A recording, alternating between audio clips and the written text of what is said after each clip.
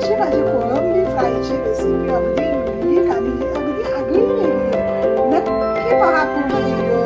Hello viewers, मी अश्विनी गायकवाड तुमचं खूप खूप स्वागत करते माझ्या चॅनल मध्ये ज्याचं नाव आहे अश्विनी व्लॉग्स। तर आज मी आणले कोळंबी, खूप सारी कोळंबी आणली, स्वच्छ करून घेतली आणि स्वच्छ करून धुवून ठेवली, पण अजून एकदा धुईन।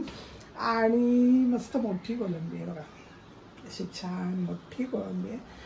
तर अर्ध्याचा करते रस्सा, अर्ध्याचा करते फ्राय आणि बनवूया आपण कोळंबी थाली। वाव, ऐकूनच तोंडाला पाणी सुटतं ना। मग चला पटपट रेसिपीला सुरुवात करूया।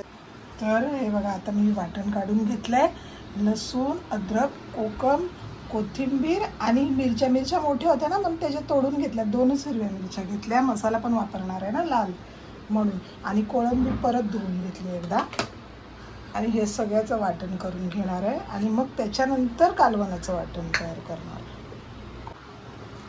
तर हे बघा, आता वाटण तयार आहे, मस्त कोकमाचा कलर आलाय त्याला। आणि कोळंबी फ्राय करायची आणि कालवणाची वेगवेगळी करून घेतली। तर ही एवढी कोळंबी मी फ्राय करणार आहे, याला मी अर्ध वाटण लावणार आहे। अर्ध ठेवले कालवणासाठी। मीठ, हळद थोडी जास्त घ्या, कोकम आहे आणि लाल मसाला।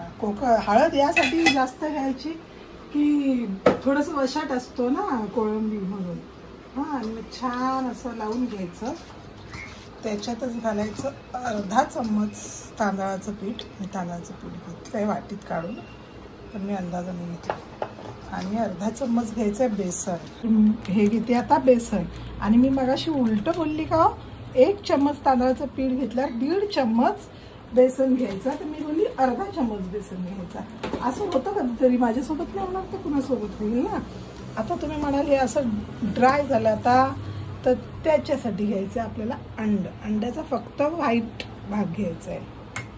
तर हे बघा, हे असं अंड फोडायचं, ओनली व्हाईट, येल्लो बिलकुल नाही घेतलं, येल्लो तसंच ठेवलं आहे। मिक्स वेल, आता छान मिक्स करून घ्यायचं।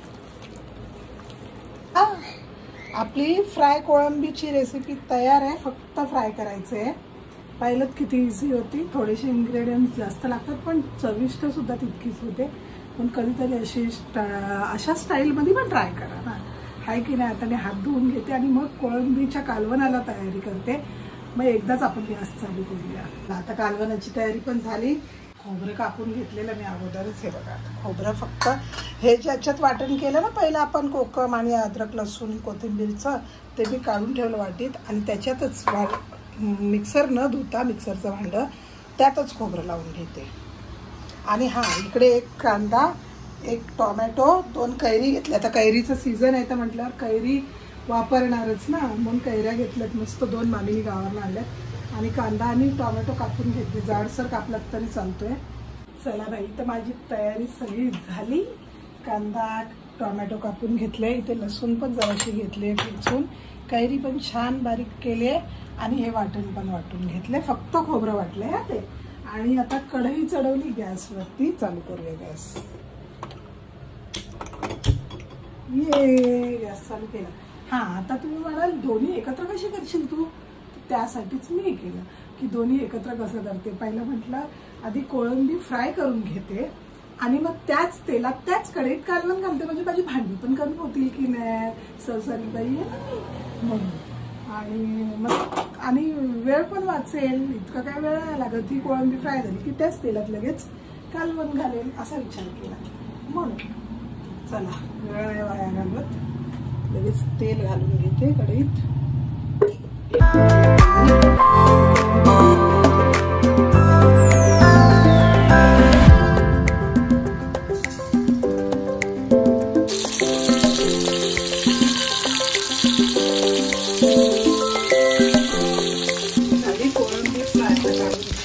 जास्त ठेवली तर करत होते, गॅस बारीक करायचा।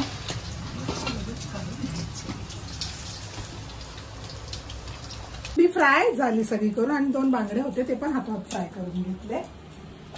आता करूया कालवणाला सुरुवात। जे तेल आपण उरलंय ना त्याच्यात सर्वात आधी मी घालते लसूण, फिश फ्रायचं। लसूण आपल्याला सुगंध आला मस्त की लगेच कांदा घालून घ्यायचा आणि टोमॅटो पण घालायचा.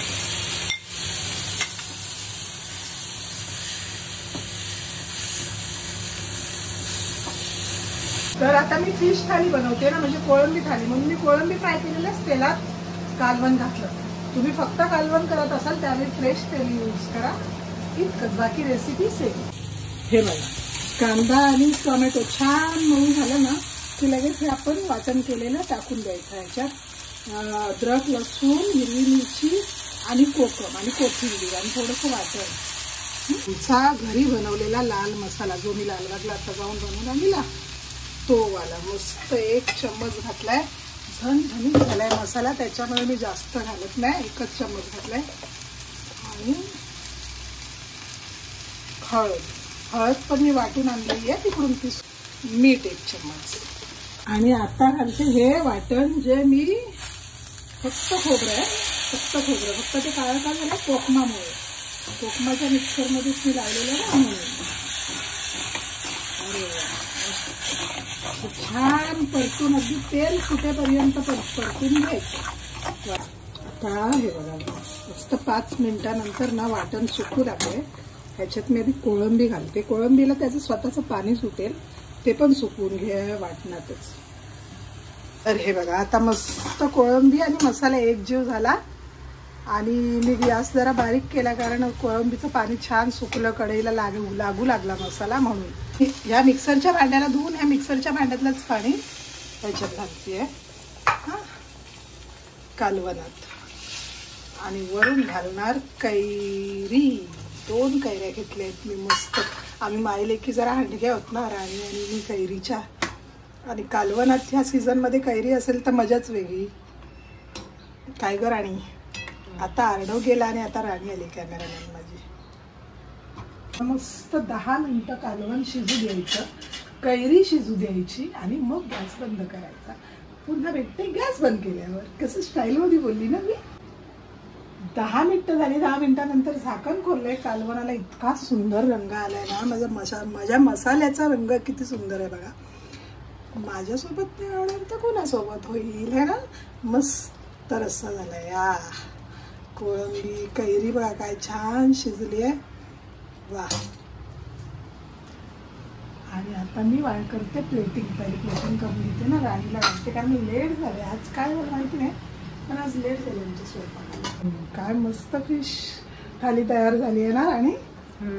माझ्या पण तोंडाला पाणी सुटायला लागलं. चला तर मग आजचा ब्लॉग कसा वाटला नक्की कळवा. लाईक करा, शेअर करा, कमेंट करा आणि सबस्क्राईब करत जाओ.